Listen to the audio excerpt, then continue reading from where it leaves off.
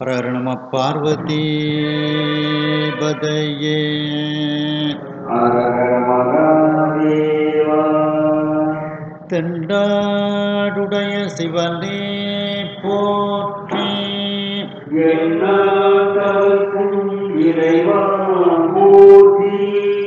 கலை நிறை கணபதிக்கு சரணம் சரணம். திருச்செந்தூர் முருகனுக்கு அரோகரா. திருவாவடுதுறை ஆதீன ஸ்ரீல ஸ்ரீ குருமகா சன்னிதானம் அவர்கள் பொன்னார் திருவடிகளை வணங்கியும், தருமபுர ஆதீனம் நட்சத்திர குருமணிகள் ஸ்ரீல ஸ்ரீ குருமகா சன்னிதானம் அவர்கள் பொன்னார் திருவடிகளை வணங்கியும், இந்த திருவிளையாடல் புராண சிந்தனையை செவ்வனே நடத்தி கொண்டிருக்கக்கூடிய கற்பக விநாயகம் ஐயா, சுப்பிரமணியன் ஐயா, நல்ல சிவம் ஐயா, ஆவுடையப்பன் ஐயா, கோமதி நாயகம் ஐயா, கண்ணன் ஐயா, இந்திரா அம்மையார் மற்றும் வந்திருக்கும் அனைவருக்கும் பணிவான வணக்கத்தை தெரிவித்துக் கொள்கின்றேன். நாம் நரி பரியாக்கிய படலம் என்கின்ற படலத்தில் இருக்கின்றோம். மணிவாசக பெருமான் திருவாதவூரில் அவதாரம் செய்து கல்வி கேள்விகளில் சிறந்தவராக இருக்கின்றார். அவருடைய அறிவுத்திறத்தை கண்டு பாண்டிய மன்னன் அவருக்கு முதல் மந்திரி பதவி கொடுக்கின்றார். ஒரு நாள் குதிரைப்பாகன், குதிரை லாயத்துக்கு உரிய தலைவன் நம்மிடத்தில் சிறந்த குதிரைகள் இல்லை என்று அரசனிடத்தில் கூறுகின்றான். உடனே அரசன் முதலமைச்சரிடத்தில், நீங்கள் நம்முடைய கருவூலத்தை திறந்து வேண்டிய பொன்னும் பொருளும் எடுத்துக்கொண்டு குதிரைகளை வாங்கி வாருங்கள் என்று கூறுகின்றார்கள். உடனே மணிவாசக பெருமானும் அந்த பொன்னும் பொருளையும் எடுத்து அனுப்பி வைத்துவிட்டு சொக்கநாத பெருமானிடத்தில் சென்று, இந்த பொருட்களெல்லாம் உனக்கும் உன்னுடைய அடியார்களுக்கும் ஆக வேண்டும் என்று வேண்டுகின்றார். அதேபோல் இவருடைய பக்குவ நிலையை பார்த்து இவரை ஆட்கொள்வதற்காக சிவபெருமான் திருப்பெருந்துறையில் போய் காத்திருக்கின்றார். மணிவாசக பெருமான் அங்கு வந்தவுடன் இவர்தான் நம்முடைய குருநாதர் என்று தெரிந்து கொண்டு, இவர்தான் இறைவன் என்று தெரிந்து கொண்டு அவரிடத்தில் தீட்சைகளெல்லாம் பெற்று அவர் இருக்கின்றார். இன்னும் இந்த நில உலகத்தில் பல வேலைகள் மணிவாசக பெருமானுக்கு இருக்க வேண்டியிருக்கிறது. அந்த வேலைகளை எல்லாம் செய்து முடிப்பதற்காக அவரை மட்டும் விட்டுவிட்டு வந்திருந்த அடியார்களோடு சிவபெருமான் மீண்டும் அங்கிருந்து மறைந்து விடுகின்றார். மணிவாசக பெருமான் அரசன் தந்த பொருட்களை எல்லாம் அங்கு ஆவுடையார் கோவில் என்ற திருப்பெருந்துறையில் இருக்கக்கூடிய சிவாலயம் கட்டுவதற்கும் சிவனடியார்களுக்கும் செலவழித்து விடுகின்றார். அவரோடு வந்த வீரர்கள் மதுரைக்கு செல்ல வேண்டும் என்று கூறுகின்றார்கள். நீங்கள் முதலில் போய் அரசனிடத்தில் குதிரைகள் விரைவில் வரும் என்று கூறுங்கள் என்று கூறுகின்றார். அவர்களும் சென்று விடுகின்றார்கள். அதன் பிறகு அரசன் இன்னும் குதிரை வரவில்லை என்று வீரர்களிடத்தில் கடிதம் கொடுத்து அனுப்புகின்றார். அந்த கடிதத்தை பார்த்தவுடன், விரைவில் குதிரைகள் வரும் என்று அரசன், ஆவணி மாதத்தில் குதிரைகள் வரும் என்று அரசனிடத்தில் கூறுங்கள் என்று பதில் கடிதம் எழுதி அனுப்பி வைக்கின்றார். இறைவனிடத்தில் சென்று வேண்டுகின்றார். அனைத்து செல்வங்களையும் உனக்கு செலவழித்து விட்டேன், நான் எப்படி குதிரை வாங்குவது என்று வேண்டியவுடன் இறைவன் அசரீரியாக, நான் குதிரைகளோடு வருவேன், முதலில் நீ மதுரைக்கு செல்வாயாக என்று அனுப்பி வைக்கின்றார். மதுரைக்கு வந்து பாண்டிய மன்னனிடத்தில் விரைவில் குதிரை வரும் என்று ஓரிரு நாட்களில் வரும் என்று கூறுகின்றார். அந்த நாட்கள் கழிந்து விடுகின்றது, குதிரைகள் வரவில்லை. ஆகையினால் அரசனுக்கு கோபம் வந்து மணிவாசக பெருமானை தண்டிக்க சொல்கின்றார். மணிவாசக பெருமானை சிறையிலிட்டு அவருக்கு தண்டனை கொடுக்கின்றார்கள். அதிகாலை நேரம் வருகின்றது. அப்பொழுது திருப்பள்ளி எழுச்சி பாடக்கூடிய நிகழ்வுகள், வேத கோஷங்கள், சங்கநாதங்கள் பெருக்குவது, வாத்தியங்கள் வாசிக்கக்கூடியதெல்லாம் கேட்டு இறைவனை நினைந்து அவர் அழுது கொண்டு என்னை காப்பாற்றுவதற்கு நீ வரமாட்டாயா என்று வேண்டுகின்றார். ஒரு தாயினுடைய காதில் குழந்தையினுடைய அழுகை சத்தம் கேட்டது போல இறைவனுக்கும் அந்த சத்தம் கேட்டு மணிவாசக பெருமானை காப்பாற்றும் பொருட்டும் பாண்டியம்மலனுக்கு முக்தி கொடுப்பதற்கும் அவர் நினைக்கின்றார். உடனே தன்னுடைய பூத கணங்களையெல்லாம் அழைத்து, பூதகண தலைவர்கள் நந்தி முதலிய பூதகண தலைவர்களை எல்லாம் அழைத்து, நீங்கள் அனைவரும் காட்டில் உள்ள நரிகளையெல்லாம் குதிரைகளாக ஆக்கி நீங்கள் மதுரையை நோக்கி செல்லுங்கள், நானும் உங்களோடு குதிரைப்பாகனாக குதிரை வாணிகனாக வேடமிட்டு அங்கே வருகின்றேன். மணிவாசக பெருமானைக்கு நான் குதிரைகளை கொடுக்க வேண்டும், அரசனுக்கும் குதிரைகளை கொடுக்க வேண்டும், ஆவணி மூலத்திற்கு அன்று கொடுக்க வேண்டும் என்று கூறுகின்றார். உடனே அந்த பூதகண தலைவர்கள் நந்தியம்பெருமான் எல்லோரும் அந்த குதிரை பாகர்களுக்குரிய கூட்டத்துக்கு தலைவர்களாகவும் மற்ற கணங்கள் எல்லாம் குதிரை பாகர்களாகவும் அவர்கள் மதுரையை நோக்கி செல்கின்றார்கள். இவர்களுக்கு நடுவில் வேத குதிரை, வேதமே குதிரையாக சுவாமிக்கு வருகிறது. அந்த குதிரையில் ஏறி அமர்ந்து சொக்கநாத பெருமான் குதிரை வாணிக தலைவனாக அவர் செல்கின்றார். அந்த குதிரைகள் செல்வதனால் புழுதி எங்கு பார்த்தாலும் ஏற்படுகிறது. அந்த புழுதியானது எல்லா இடங்களையும் எல்லா அண்டங்களையும் மறைக்கின்றது என்றெல்லாம் நாம் பார்த்தோம். மேலும் அந்த புழுதியானது சூரியனினுடைய பசுமையான சூரியனினுடைய குதிரைகளை எல்லாம் சிவந்த குதிரைகளாக மாற்றிவிட்டது.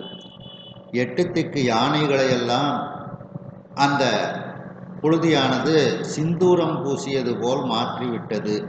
அந்த பெரும் பகல் பொழுது மாலை பொழுதாக மாறி இருப்பதை போல இருக்கின்றது என்றெல்லாம் அந்த புழுதியை பற்றி, குதிரைகள் எழுப்பக்கூடிய புழுதியை பற்றி சிந்தித்தோம். அதனுடைய தொடர்ச்சி விளம்புகின்ற அச்சம்பு வெம்பரித்திரள் மிதிக்கும், விளம்புகின்ற அச்சம்பு வெம்பரித்திரள் மிதிக்கும், குழம்பு கிண்டிய எழுந்த தூள் குன்று இறகு அறிந்தோன், குழம்பு கிண்டிய எழுந்த தூள் குன்று இறகு அறிந்தோன், வளம்புகுந்து அடைவார் புற வழிபுரி வேள்வி, வளம்புகுந்து அடைவார் புறவழி புரி வேள்வி, களம் புகைந்து எழு தோற்றமே அல்லது கடாதால், களம் புகைந்து எழு தோற்றமே அல்லது கடாதால், எல்லாராலும் சொல்லக்கூடிய அளவில் பேசக்கூடிய அளவில் வந்து கொண்டிருக்கக்கூடிய அந்த குதிரை கூட்டம் அப்படின்னா எல்லாராலும் புகழ்ந்து பேசக்கூடிய அளவில் வந்து கொண்டிருக்கக்கூடிய அந்த குதிரை கூட்டம். விளம்புதல்னா சொல்லுதல் அப்படின்னு அர்த்தம். அச்சம்பு, அந்த சம்புனா நரிகள், அந்த நரிகளாகிய வெம்பரித்திரள் அந்த வலிமையான குதிரை கூட்டங்கள் மிதிக்கும், அவர்கள் அந்த குதிரைகளெல்லாம் தரையை மிதித்து கொண்டு அவைகள் வருகின்றது. குழம்பு, காலில் உள்ள குழம்புகளால் மிதித்து கொண்டு வருகிறது. அந்த கால்களில் உள்ள குழம்புகள் பூமியை கிண்டுகின்றது, அதாவது பதிகின்றது நன்கு. அதில் ஒரு பள்ளம் ஏற்படுகிறது. அதிலிருந்து எழுந்த தூள், அதிலிருந்து எழுந்த அந்த தூசியானது இந்திரன் செய்யக்கூடிய அந்த இந்திர பதவி வேண்டுவோர் செய்யக்கூடிய அஸ்வமேத யாகத்தில் வரக்கூடிய புகையை விட இந்த தூசியானது அதிகமாக இருந்தது அப்படின்னுட்டு அதில் சொல்றாங்க. அதாவது குன்று இறகு அறிந்தோன், மலையினுடைய சிறகு, அந்த சிகரங்களை வெட்டி வீழ்த்திய இந்திரன். அது ஒரு வரலாறு. இந்திரன் ஒரு இந்திரன் வந்து அவனுக்கும் மலைக்கும் போர் வருது. அந்த மலையினுடைய சிகரங்களை எல்லாம் வெட்டி வீழ்த்துகின்றார். அதனால குன்று இறக்க அறிந்தோம்னா இந்திரன் அர்த்தம். இந்திரன் வளம் புகுந்து, இந்திர பதவியை வளம் புகுந்து அடைவார் அப்படின்னா விரும்பி அந்த பதவியை அடைவதற்கு நினைப்பவர்கள் அப்படின்னு அர்த்தம். அதாவது இந்திர பதவி வேண்டும் அப்படிங்கிறவங்க 100 அஸ்வமேத யாகம் செஞ்சா அவங்களுக்கு இந்திர பதவி கிடைக்கும். என்ன அப்படி அந்த இந்திர பதவியினுடைய வளத்தை சென்று அடைய வேண்டும் என்று விரும்பக்கூடியவர்கள், இந்திர பதவியை விரும்பக்கூடியவர்கள் என்ன செய்வார்கள்? குறவழி, குறம்னா குதிரைன்னு அர்த்தம். குதிரையை போக விட்டு அது செல்லக்கூடிய வழியில் அதனுடைய கால் தடங்கள் பதியும். அந்த இடத்தில் வேள்விச்சாலைகளை அமைத்து அவர்கள் வேள்விகள் செய்வார்கள். அஸ்வமேத யாகம், அஸ்வம்னா குதிரைன்னு அர்த்தம், அதான் அஸ்வமேத யாகம்னுட்டு அதுக்கு பொருள். அந்த யாகத்துல நிறைய புகைகள் வருமாறு நிறைய பொருட்களை எல்லாம் அந்த யாக குண்டத்துல போடுவாங்க. அப்படி அந்த வேள்விக்களம், அந்த வேள்விச்சாலையில் புகை எப்படி எழுந்து ஒரு தோற்றத்தை உருவாக்குமோ அதைவிட மேலாக இந்த குதிரை குழம்புகளால் ஏற்பட்ட தூசியானது அதிகமாக இருந்தது. அப்போ அந்த அஸ்வமேத யாகத்தில் உள்ள புகைக்கு ஈடாக இணையாக இது ஆகாது. இது அதற்கும் மேலாக, அஸ்வமேத யாகத்தில் வரக்கூடிய புகைக்கும் மேலாக இந்த தூசி படலம் இருந்தது அப்படின்ட்டு. அந்த அளவுக்கு குதிரைகள் ஆற்றலோடு தரையை மிதித்து கொண்டு தூசியை கிளப்பிக் கொண்டு அவைகள் வருகின்றன. குற வழிபுரி அப்படின்னா குரம்னா குதிரை, அதை நடத்தி செல்வார்கள். அந்த குழம்புகள் பதிந்த இடத்தில் அவர்கள் வேள்விச்சாலைகளை அமைப்பார்கள். அதான் குற வழி புரி வேள்விக்களம். வேள்விக்களம்னா வேள்விச்சாலை அப்படின்னு அர்த்தம்.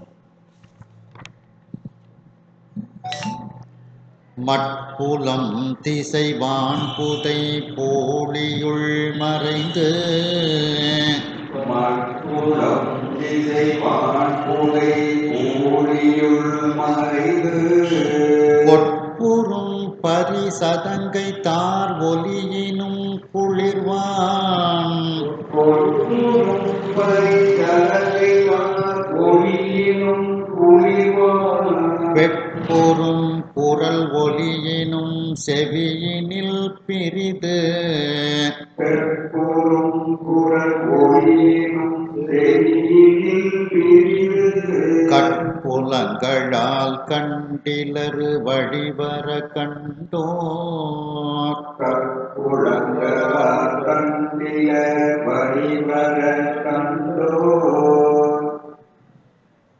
இந்த குதிரைகளால் ஏற்படுத்தப்பட்ட அந்த புழுதியானது எதையெல்லாம் மறைத்தது? மட்புலம் அப்படின்னா நில உலகு, மண்புலம், இந்த நில உலகத்தை மறைத்தது. திசை, 8 திசைகளை மறைத்தது. வான் உலகத்தை மறைத்தது. இவைகள்லாம் இந்த புழுதிக்குள் புதைந்து மறைந்து போனது போல அந்த புழுதியானது எங்கும் பரவி இருந்தது. நம்ம இப்போ இதில் கூட பார்த்தோம், இந்த ஏதோ ஒரு நாட்டில் ஒரு பெரிய எரிமலை வெடித்து அந்த புழுதி நம்ம இந்தியாவை நோக்கி வருது அப்படின்ட்டு, இந்தியாவுக்கு அந்த புழுதியினால் ஒரு பாதிப்புகள் இருக்குது அப்படின்ட்டு சொல்லி பார்த்தோம். அதே மாதிரி இந்த குதிரைகள் ஏற்படுத்திய அந்த புழுதி நில உலகத்தை, 8 திசைகளை, வான் உலகத்தை எல்லாம் மறைத்தது. அந்த பூழினா புழுதி, அந்த புழுதிக்குள் புதைந்து மறைந்து போன அளவிற்கு இந்த புழுதி எங்கும் படர்ந்து இருந்தது.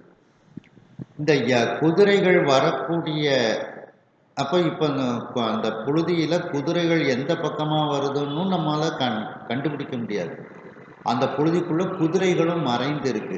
அப்போ அந்த குதிரைகள் வரக்கூடிய வழித்தடத்தை நாம எப்படி தெரிந்து கொள்வது அப்படின்னா, அந்த குதிரைகள் கட்டியிருக்கக்கூடிய கழுத்துல காலில் கட்டியிருக்கக்கூடிய சதங்கை சப்திக்குது.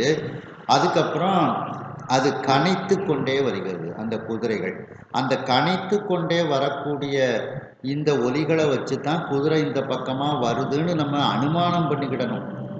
அது இல்லாமல் அந்த குதிரைகளையும் பார்க்க முடியாத, கண்ணால் பார்க்க முடியாத அளவுக்கு அந்த புழுதியானது எங்கும் படர்ந்து இருக்கின்றது. கொட்புறும் பரி சதங்கை தார் ஒலியினும். கொட்புறும்னா சுழன்று வரும் அப்படின்னு அர்த்தம். என்ன, சுழன்று கொண்டே வரக்கூடிய அந்த குதிரைகள் கழுத்தில் காலில் அணிந்த சதங்கை, அந்த தார் மாலை போல அணிந்திருக்கு. சதங்கை தார், தார்னா மாலை. அந்த சலங்கைகளை எல்லாம் மாலை போல கழுத்துல அணிஞ்சிருக்கு. அந்த அந்த சதங்கை வந்து கழுத்தை சுத்திக்கிட்டே அப்படியே சுழன்று கொண்டே வருகிறது நடையின் காரணமாக. அந்த சதங்கை மாலையிலிருந்து ஏற்படக்கூடிய ஒலியினும், அந்த ஒலியை வைத்துத்தான் குதிரை இந்த பக்கமா வருதுன்னு நாம தெரிந்து கொள்ள முடியும். அடுத்து குளிர்வான் பெட்புறும் குரல் ஒலியினும். அந்த குரல்னா இந்த இடத்துல கனைத்தல் அப்படின்னு அர்த்தம் எடுத்துக்கிடணும். அந்த குளிர்ந்த ஆகாயத்திலிருந்து எல்லோரும் விரும்பக்கூடிய அந்த கனைப்பு ஒலியை வைத்து கொண்டு குதிரை இந்த பக்கமா வருது அப்படின்னு நம்ம அனுமானம் பண்ணணும். இது இப்போ வந்து எங்க பார்த்தாலும் புழுதி இருக்கிறதுனால காதுங்கிற ஒரு புலனை, அந்த பொறியை வச்சு தான் நாம் வந்து அனுமானம் பண்ண முடியுமே தவிர மற்ற புலன்களை வைத்து நாம் இதை அனுமானம் பண்ண முடியாது அப்படின்னு சொல்லி இதில் சொல்ல வர்றார். அப்போ ஒலியினும் செவியினில், காதில் இந்த சத்தம் கேட்கு, அதாவது சதங்கை சத்தம் கணிப்பு சத்தம் காதில் கேட்கு. செவியினில் வழிவர கண்டோம், காதின் மூலமாக குதிரை இந்த வழியாக வருகின்றது என்று எல்லோரும் காண்கின்றார்கள், அறிந்து கொள்கின்றார்கள். பிரிது கட்புலங்களால் கண்டிலர்.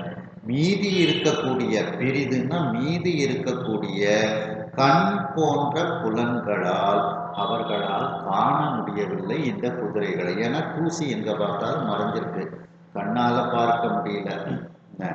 அப்போ இது என்ன அப்படின்னா, ஒவ்வொரு புலன்களுக்கு 1-2 குணங்கள் தான் இருக்கும். இன்பத்தை தரக்கூடியதை நுகரக்கூடியதாக புலன்கள் வந்து இருக்கும் அப்படிங்கிறத இதுல வந்து குறிப்பாக சொல்றாங்க.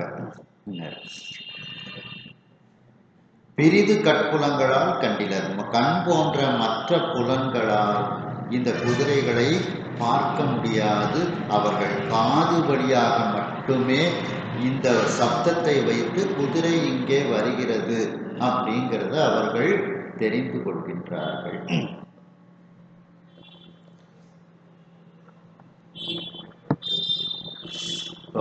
அதாவது ஒவ்வொரு புலன்களுக்கும் 1-2 குணங்கள் தான் அதுக்கு இருக்கும். இப்போ ஒரு மல்லிகைப்பூ தான் இருக்கு. மல்லிகைப்பூவை கண்ணால பார்த்தா நமக்கு மகிழ்ச்சி ஏற்படும், பார்க்கும்போதே ஒரு மகிழ்ச்சி ஏற்படும். மூக்கில் நுகர்ந்தா மகிழ்ச்சி ஏற்படும். இதுக்கு ரெண்டுக்கும் இது இன்பத்தை தருதுன்னு மல்லிகைப்பூ சாப்பிட முடியுமா?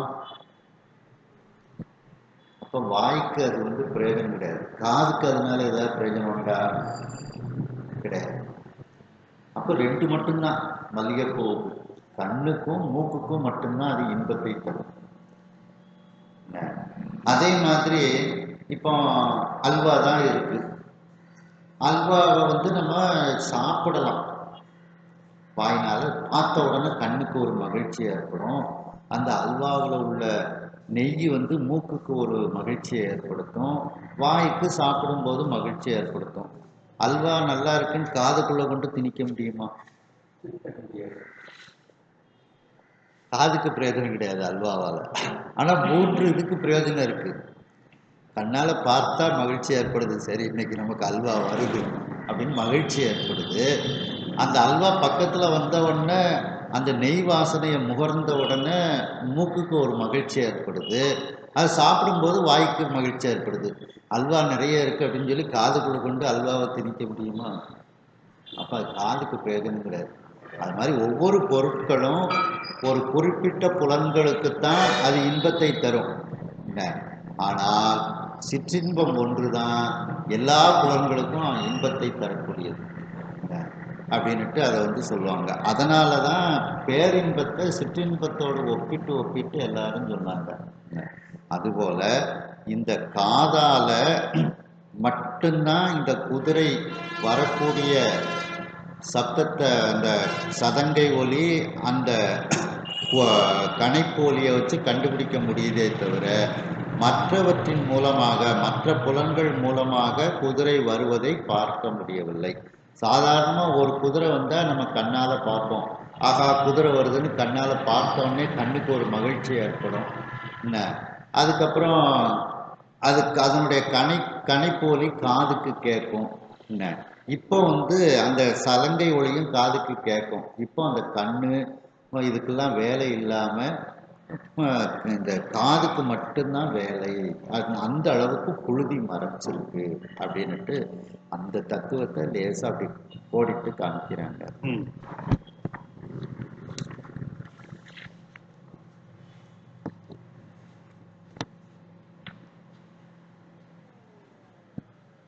எல்லாராலும் பேசப்படக்கூடிய பொருளாக இருக்கக்கூடிய சிறப்பு வாய்ந்த இந்த குதிரை கூட்டங்கள், அந்த சம்பு, அந்த நரிகளாகிய அந்த வலிமையான குதிரை கூட்டங்கள் காலில் இருக்கக்கூடிய குழம்புகளை கொண்டு கீழே மிதித்து நடந்து வருகிறது.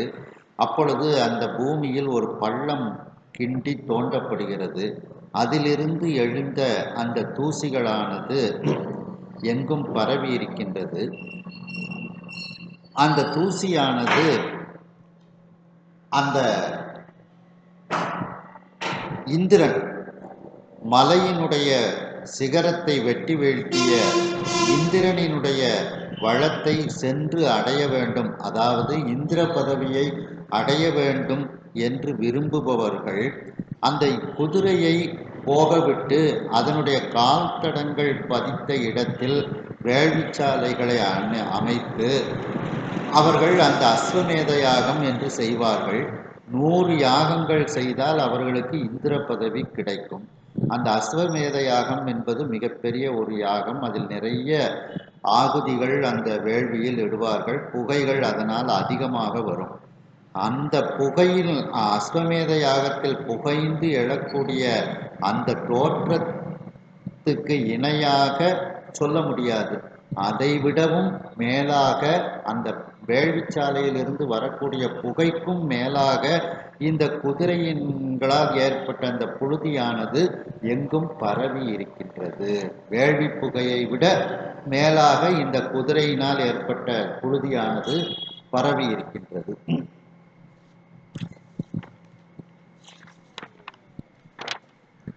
மேலும் இந்த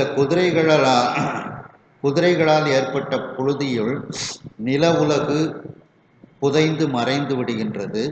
8 திசைகள் புதைந்து மறைந்து விடுகிறது. விண்ணுலகம் இந்த புழுதியினால் புதைந்து மறைந்து விடுகிறது. இப்பொழுது இந்த குதிரைகள் வரக்கூடிய அந்த வழியை காது என்கின்ற புலனால் மட்டுமே நாம் தெரிந்து கொள்ள வேண்டியிருக்கிறது.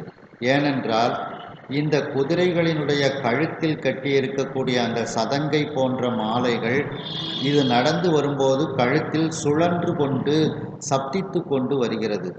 மேலும் குளிர்ந்த ஆகாயத்தில் இருந்து இந்த எல்லோரும் விரும்பக்கூடிய இந்த கணைப்பு ஒலியும் ஆகாயத்தில் கேட்டு, ஏன்னா குதிரைக்கு பக்கத்தில் கேட்க முடியல, குதிரைக்கு பக்கத்தில் புழுதி மறைச்சிருக்கு.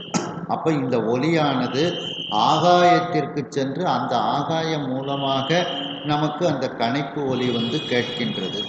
அந்த ஒலியினுடைய ஒலி நம்முடைய காதுகளில் பாய்வதனால் இந்த இடத்தில் இந்த வழியாக குதிரை வருகின்றது என்று எல்லோரும் தெரிந்து கொள்கின்றார்கள். மற்ற நம்முடைய கண் போன்ற புலன்களால் இந்த குதிரை வரக்கூடிய இடத்தை யாராலும் காண முடியவில்லை. ஏனென்றால் அந்த அளவிற்கு இந்த புழுதியானது எங்கும் இருக்கின்றது. தரங்கம் எரிமுத்து இவை விலாலியல தார்மா தரங்கம் எரிமுத்து இவை விலாலியல தார்மா இறங்கும் ஒலியல்ல திரை ஏங்கும் ஒலியின்ன இறங்கும் ஒலியல்ல திரை ஏங்கும் ஒலியின்ன துரங்கம் அலமற்று இவை சுரற்கு அரசன்றினுன்றும் துரங்கம் அறமற்று இவை துறக்கு அரசன்றும் புறங்கொல விடுத்திட வரும் புணரி என்பார். புறங்கொல விடுத்திட வரும் புணரி என்பார். இந்த குதிரைகள் வழியில தங்களுடைய வாயில் உள்ள நுரைகளை அப்படியே கக்கி கொண்டே வருகிறது. அந்த வாய் நுரை அங்கங்கு முத்துக்களை போல இருக்கின்றது. தரங்கம் அப்படின்னா அலைகள், கடலினுடைய அலைகள். அதான் அந்த தரங்கம்பாடி அப்படின்ட்டு ஊர், அலைகளை உடைய கிராமம் பாடி அப்படின்ட்டு. அப்போ அந்த அலைகள் கடற்கரையில் கொண்டு சேர்க்கக்கூடிய முத்துக்களை போல அந்த குதிரையினுடைய வாயிலிருந்து வந்த நுரையானது இருக்கின்றது. அவைகள் குதிரை வாயிலிருந்து வந்த நுரையாக காணப்படவில்லை. விலாளி அப்படின்னா குதிரையினுடைய வாயிலிருந்து வரக்கூடிய நுரைன்னு அர்த்தம். விலாளி அல்ல, அது குதிரை வாய் நுரையை போல இல்லை, முத்துக்களை போல அங்கங்கே இருக்கின்றது. தார்மா இறங்கும் ஒலி அல்ல, திரை ஏங்கும் ஒலி. மாலைகளை அணிந்த, தார்னா மாலை, மானா விலங்கு, இங்க குதிரை. மாலைகளை அணிந்த, சதங்கை போன்ற மாலைகளை அணிந்த குதிரையை கணைக்கக்கூடிய ஒலி எப்படி இருக்கின்றது? கடற்கரையில் எப்படி அந்த கடலானது சப்தித்து கொண்டு இருக்குமோ அந்த ஒலியை போல அது இருக்கின்றது. அந்த கணைக்கக்கூடிய ஒலி கணைப்பு ஒலி மாதிரி இல்லை, திரை ஏங்கும் ஒலி. திரைனா அலை. அப்போ இந்த கடல்னு அதை எடுத்துக்கிடணும். கடல் ஏங்கும்னா சப்திக்கும். கடல், அந்த அலைகள், கடலில் உள்ள அலைகள் சப்திக்கக்கூடிய ஒலியை போல இந்த குதிரைகளினுடைய கணைப்பு ஒலி கேட்டுக்கொண்டே இருந்தது. ஏன்னா கடல்ல அந்த சப்தம் வந்துகிட்டே இருக்கும், அலைகளினுடைய சப்தம். அதுபோன்று இந்த குதிரைகளினுடைய கணைப்பு ஒலி கேட்டுக்கொண்டே இருந்தது. இன்ன துரங்கம் அல மற்ற இவை சுரர்க்கு அரசன். இவைகளெல்லாம் குதிரைகளைப் போல தெரியவில்லை.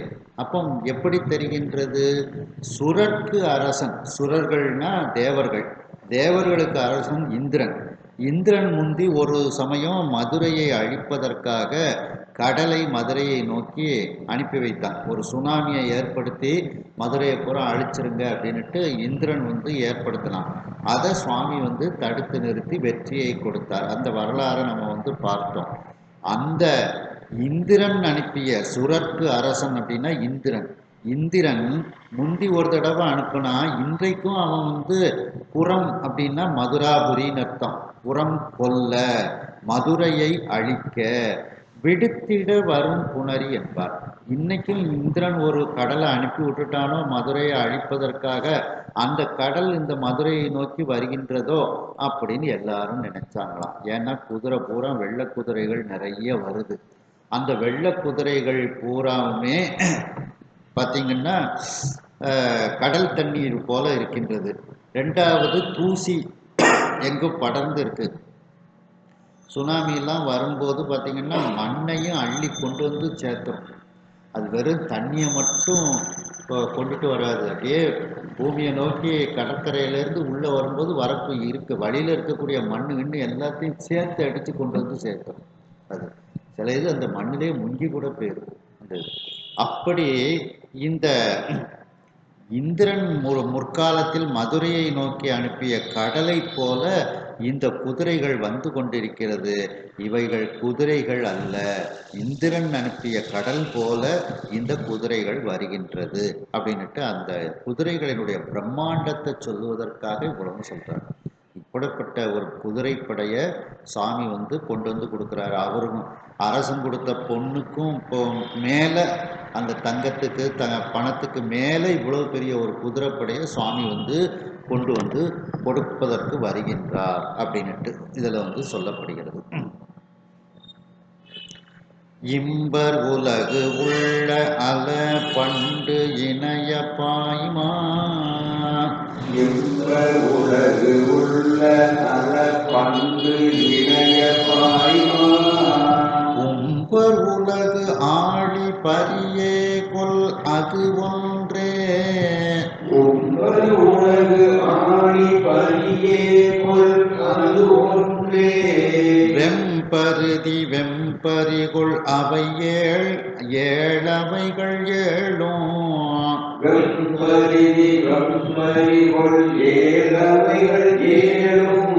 பைம்பரிகள் யாயினைய பாய்பரிகள் என்பார். பைபரிகள் யாயினைய பாய்பரிகள் என்பார். இம்பர் உலகு உள்ள அல. இதற்கு முன் இம்பர் உலகுனா இந்த நில உலகம்னு அர்த்தம். இந்த நில உலகத்தில் இதுக்கு முன்னகுட்டி நாம் இந்த குதிரைகளை பார்த்ததே இல்லையே. அப்படிப்பட்ட அழகழகான குதிரைகளாகலாம் இது இருக்கின்றது, பூமியில உள்ள குதிரைகள் மாதிரி இல்லவே அப்படின்ட்டு மக்கள்லாம் நினைத்து பார்க்கின்றார்கள். இம்பர் உலகு உள்ள அல. பண்டு இணைய பாய்மா உம்பர் உலகு ஆழி பரியேகொள் அது ஒன்று. சரி, அப்படின்னா இப்படிப்பட்ட இணைய பண்டுனா எனில் என்றால் இணைய இத்தகைய இந்த பாய்ந்து செல்லக்கூடிய குதிரை, பாய்மானா பாய்ந்து செல்லக்கூடிய விலங்கு, இங்க குதிரைன்னு எடுத்துக்கிடணும். மான்னா பொதுவாக விலங்குன்னு தான் அர்த்தம். என்ன அப்ப இந்த பாய்ந்து செல்லக்கூடிய குதிரைகள்லாம் இந்திரனினுடைய உலகத்தை தேவர்களினுடைய உலகத்தை ஆளக்கூடிய இந்திரனுக்கு உரிய குதிரையா இது அப்படின்னு மக்கள்லாம் நினைச்சு பார்த்தாங்க. உம்பர் உலகு ஆழி, உம்பர்னா தேவர்கள், உலகு தேவர்களினுடைய உலகத்தை ஆளக்கூடியவன். ஆழினா ஆளக்கூடியவன் யாரு? இந்திரன். அந்த இந்திரனுக்கு உரிய குதிரையா அப்படின்னு இவர்கள் நினைத்து பார்க்காங்க. இல்லை இல்லை, இங்கே எக்கச்சக்கமான குதிரை இருக்கு. இந்திரன்ட்ட ஒரு குதிரை தானே இருக்கு, அது உச்சை சிரவம்னு அதுக்கு பேர். இந்திரன்ட்ட இருக்கக்கூடிய பார்க்கடல்ல இருந்து வந்த குதிரை, அந்த குதிரையை அவன் வச்சுக்கிட்டான் இந்திரன்.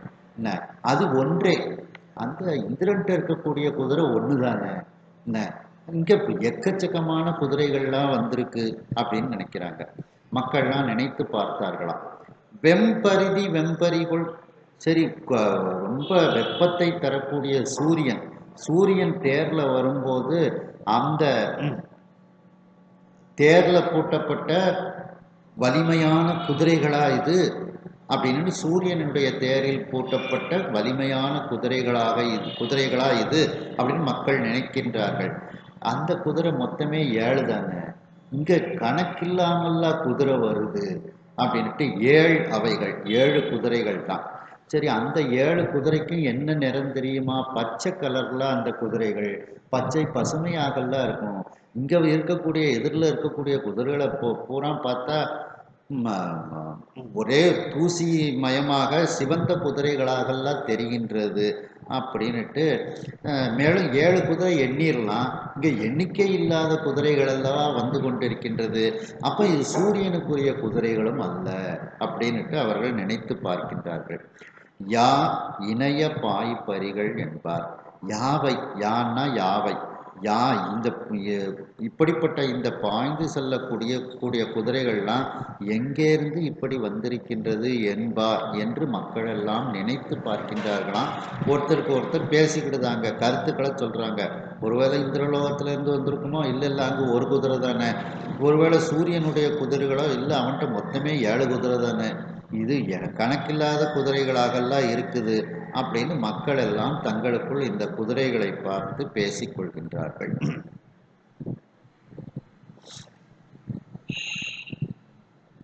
இந்த குதிரைகள் வரக்கூடிய வழியில் தங்களுடைய வாயில் இருக்கக்கூடிய நுரைகளை கக்கி கொண்டு வருகிறது. அவைகள்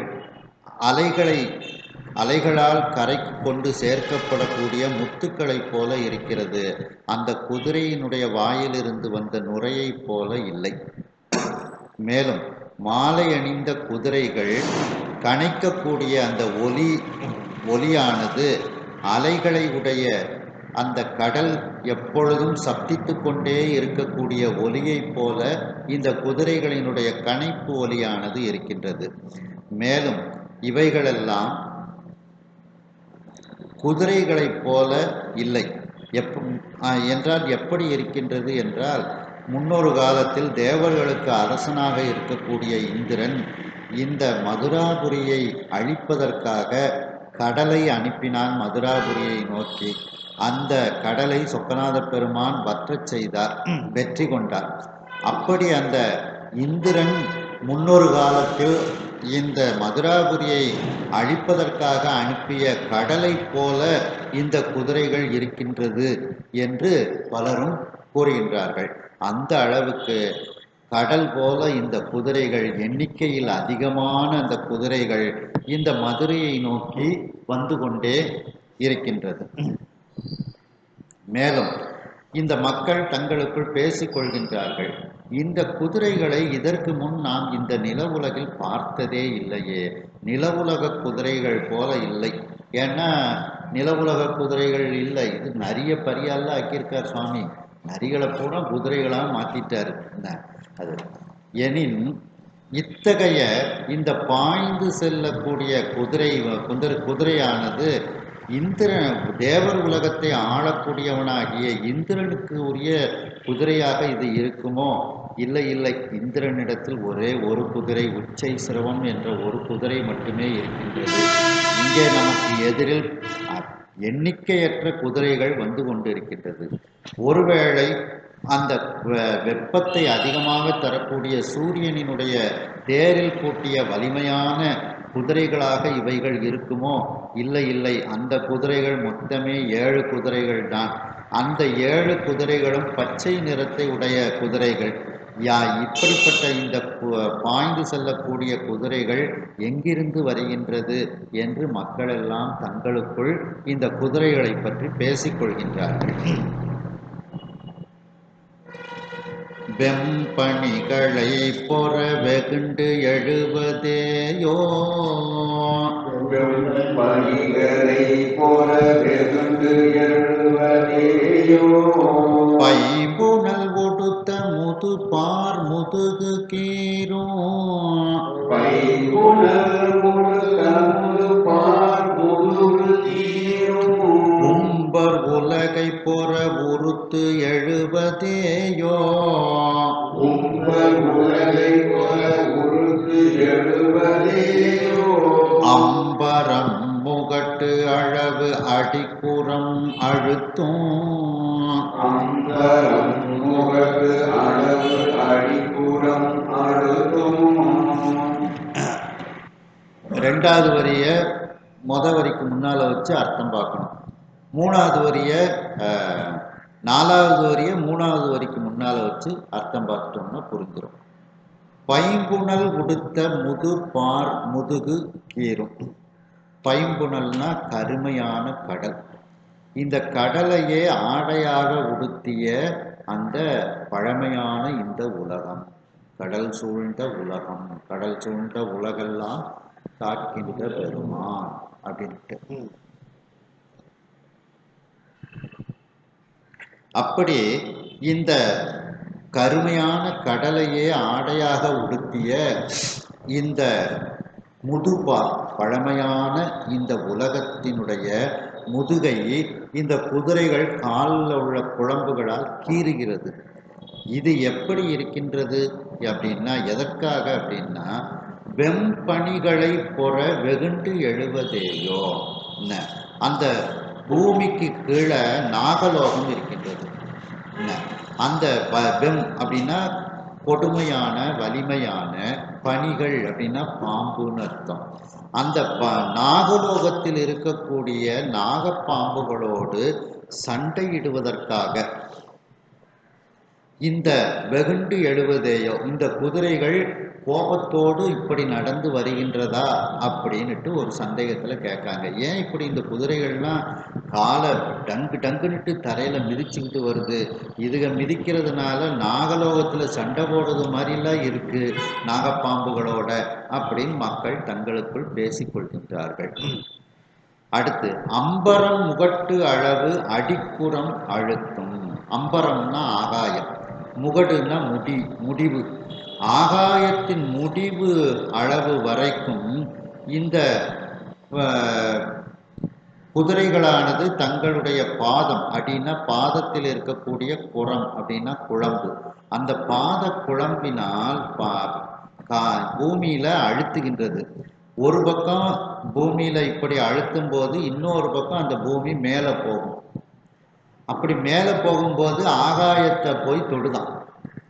ஆகாயத்தை போய் தொடும்போது ஒருவேளை தேவர்கள் உலகத்தோட இருக்கக்கூடியவர்களோடு சண்டையை போடுவதற்காண்டி இப்படி இந்த குதிரைகள்லாம் வருகின்றதா அப்படிங்கிற மாதிரி கேள்வி கேட்காங்களாம்.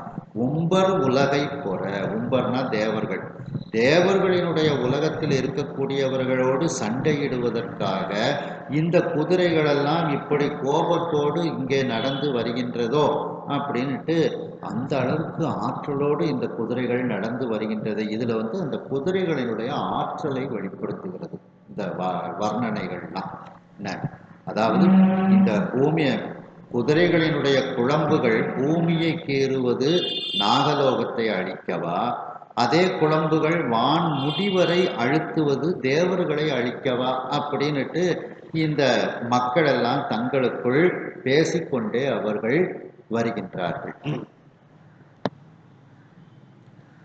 உத்தர திசை புரவி தெற்கு அடையுமாறும், உத்தர திசை புரவி தெற்கு அடையுமாறும். இரண்டாவது, இந்த சுவாமி கொண்டு வந்த குதிரைகள்லாம் சாதாரண குதிரைகள் கிடையாது. பூமியில உள்ள குதிரைகளை மாதிரி நீங்க நினைச்சிடாதீங்க. ரொம்ப பூமியில் உள்ள குதிரைகள் ரொம்ப வலிமையான குதிரைகள் அப்படிங்கிறத தெரிவிப்பதற்காக இந்த வர்ணனை. சுவாமி கொண்டு வந்து கொடுக்குற குதிரை பூமியில உள்ள எவ்வளவு பெரிய உயர்ந்த குதிரைகளை விடையும் மேலானது அப்படிங்கிறத தெரியப்படுத்தணும் அப்படிங்கிறதுக்காண்டி இந்த குதிரைகளினுடைய ஆற்றல் வர்ணனைகள்லாம் செஞ்சுக்கிட்டே வர்றாங்க. உத்தர திசை புரவி தெற்கு அடையுமாறும், உத்தர திசை புரவி தெற்கு அடையுமாறும். அத்தகைய தெற்கு உள வடக்கு அடையுமாறும், அத்தகைய தெற்கு உள வடக்கு அடையுமாறும். அத்தகை குடக்கொடு குணக்கு அடையுமாறும், அத்தகை குடக்கொடு குணக்கு அடையுமாறும். சித்தர் விளையாடலின் வெளிப்படுதல் செய்ய, சித்தர் விளையாடலின் வெளிப்படுதல் செய்ய. நாம இந்த எல்லாம் வல்ல சித்தர்னுட்டு திருவிளையாடல் புராணத்தில் சொக்கநாத பெருமானை பற்றி பார்த்தோம். மதுரை கோயில்லையும் எல்லாம் வல்ல சித்தர்னு சன்னதி சுவாமிக்கு இருக்குது. அந்த எல்லாம் வல்ல சித்தர் இந்த திசையில் கிழக்கு திசையில் இருப்பார், அடுத்தால பார்த்தா மேற்கு திசையில் இருப்பார், தெற்கு திசையில் இருப்பார், திடீர்னு வடக்கு திசைக்கு வந்துடுவார். எந்த திசையில் இருப்பார்னு அப்படியே மறைஞ்சு எல்லாருக்கும் வித்தைகளை எல்லாம் காட்டுறார். அந்த வித்தையை போல இந்த குதிரைகளும் இந்த திசையிலேருந்து அங்கே போகுது, அந்த திசையிலேருந்து இங்கே வருது அப்படின்னு அந்த குதிரைகளை பற்றி சொல்லி, இந்த குதிரைகள் செய்யக்கூடிய செயல் அந்த எல்லாம் வல்ல சித்தர் செஞ்ச செயலை போல இருக்கின்றது அப்படின்னுட்டு மக்கள்லாம் சொல்கின்றார்களாம். உத்தர திசை புரவி, உத்தரம்னா வடக்குன்னு அர்த்தம். என்ன, வடக்கு திசையில உள்ள குதிரை புரவி, குதிரை வடக்கு திசையில உள்ள குதிரை தெற்கு அடையுமாறும், உடனே தெற்க நோக்கி அது செல்கிறது. அத்தகைய தெற்கு உள, அதுபோல தெற்கில் இருக்கக்கூடிய குதிரை வடக்கு அடையுமாறும், வடக்கு திசைக்கு போகுது. அத்தகை குடக்கொடு, குடக்குன்னா மேற்கு திசைன்னு அர்த்தம், குணக்குன்னா கிழக்கு திசைன்னு அர்த்தம். அதே போல மேற்கு திசையில இருக்கக்கூடிய குதிரை கிழக்கு திசைக்கு போகுது. கிழக்கு திசையில் இருக்கக்கூடிய குதிரை மேற்கு திசைக்கு வருகிறது. இது எதை ஞாபகப்படுத்துகிறது என்றால், சித்தர் விளையாடலின் எல்லாம் வல்ல சித்தர் முன்பு ஒரு நாள் மதுரையில் விளையாண்டார் பார்த்தீங்களா? எல்லா மக்கள் முன்னாலேயும் திடீர்னு கிழக்கு திசையில் இருப்பார், அடுத்தால பார்த்தா மேற்கு திசையில் இருப்பார். திடீர்னு வடக்கு திசையில் இருப்பார், அடுத்தால பார்த்தா தெற்கு திசை போவார். இப்படி அந்த எல்லாம் வல்ல சித்தர் செய்த விளையாடலை போல இந்த குதிரைகளும் அந்த விளையாடலை வெளிப்படுத்தி கொண்டு செல்கின்றதே என்று மக்கள் எல்லோரும் ஆச்சரியப்படுகின்றார்கள்.